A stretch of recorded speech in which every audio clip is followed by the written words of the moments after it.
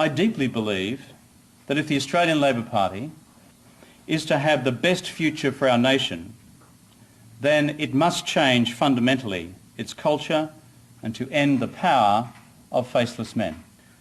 Australia must be governed by the people, not by the factions. Factional politics is an opaque art, relegated by design to the background and back rooms, until it collides with the personal ambitions or survival of a senior MP, bringing internal struggles into public focus. Sort of barefaced ambition and a Deputy Prime Minister wield a factional club. I think when people look at a Deputy Prime Minister, they expect to see a statesman, not a factional assassin. When you join the Labor caucus, one thing you've got to learn very quickly is how to count.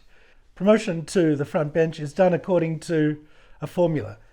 How many members of the caucus does the left have? How many members of the caucus does the right have? And then the factions then work out how many spots in the ministry each is entitled to, according to this ratio of caucus members that each faction has. Factional politics have long been a defining and divisive feature of the Australian Labor Party. They have long shaped how Labor operates.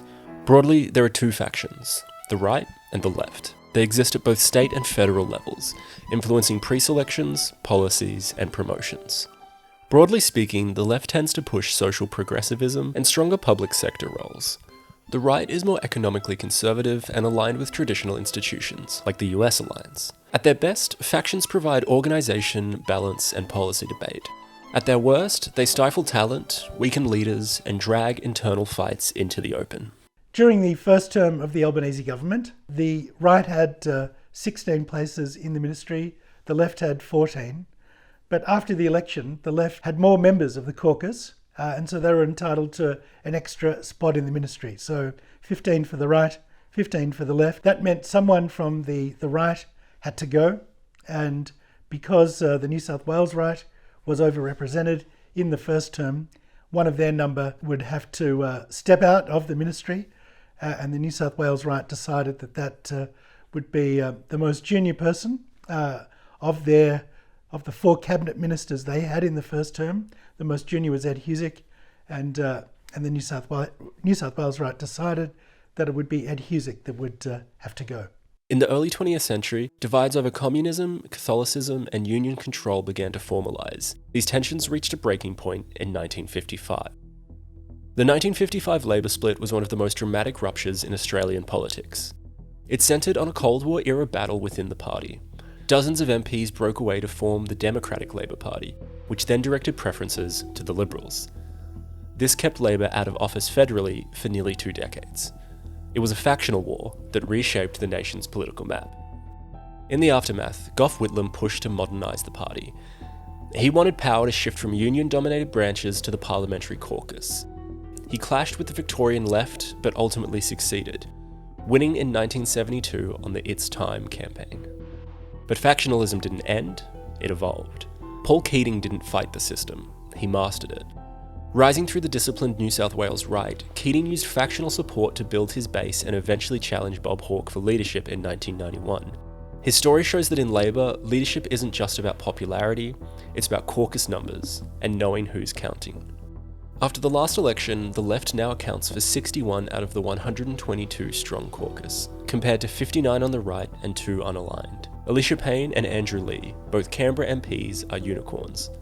They do not belong to a faction. Towards the end of last year, the Minister for the National Disability Insurance Scheme, Bill Shorten, of course he's a former Labor leader, advised the Prime Minister that he wouldn't be serving beyond the election, and that he would actually step down at the end of January and become the Vice-Chancellor of the University of Canberra. So that meant that when Bill left the ministry at the end of January, there was a ministerial vacancy that belonged to the Victorian right. And I think about 3 months ago, the Prime Minister asked Richard Marles, as leader of the Victorian right, to hold off on wanting to fill that vacancy until after the election.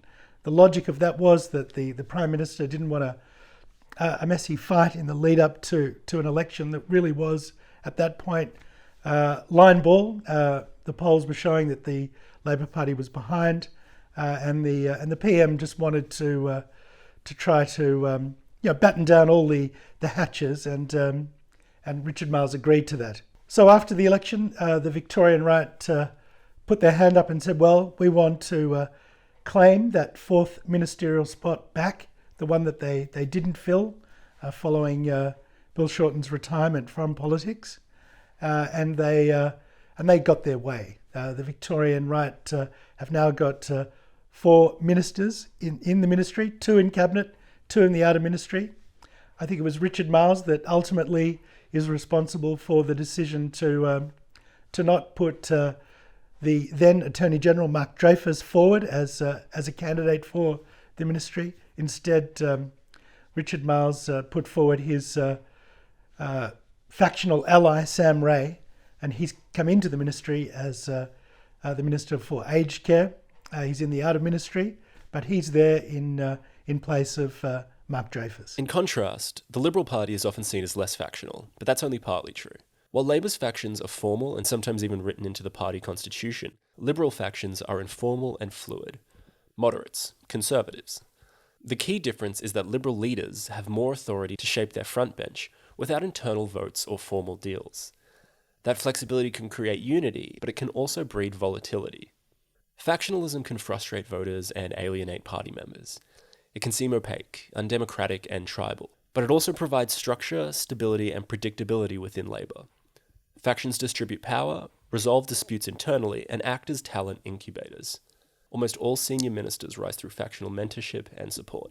The spectacle of blood on the floor, precisely executed betrayals, bruised egos, I think this is the game of politics, but it's especially the game of Labor Party politics. This is the way the Labor Party does things. It's been like that since the Labor Party was founded, and it's just Labor doing what Labor does.